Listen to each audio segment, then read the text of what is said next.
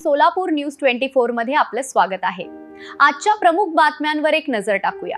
काल आम्ही सगळ्या कंपनी म्हणजे IOCL, BPCL, HPCL आणि शहरामध्ये असलेले सगळे डीलर्स याच्यासोबत जवळपास 3.5 तास आढावा घेतला होता। आढावा घेतल्यानंतर आम्हाला असं कळालं की सोलापूर जिल्ह्यामध्ये कुठेही पेट्रोल डिझेलचा टंचाई निर्माण झालेले नाही।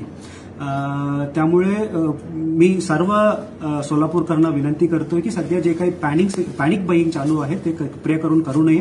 कुठेही टंचाई निर्माण झालेले नाहीये। या व्यतिरिक्त जवळपास पेट्रोलच्या बद्दल विचारलं तर जवळपास 11,261 किलोलिटर स्टॉक आमच्याकडे सध्या आहेत आणि दररोज आमच्याकडे येत आहे।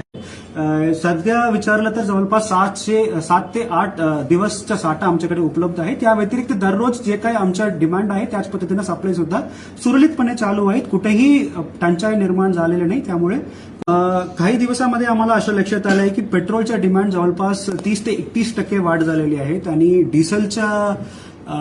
डिझेलच्या डिमांड जवळपास 50 ते 52% डिमांड वाढलेली आहे। याच्यामध्ये मेजॉरिटी रिझन असं आहे की लोकांचे थोडा भीती आणि पॅनिक बायिंगचे प्रमाण सुरू झाले। इतकी टक्के वाढ होऊन सुद्धा कुठेही सोलापूरमध्ये टंचाई निर्माण झालेलं नाही।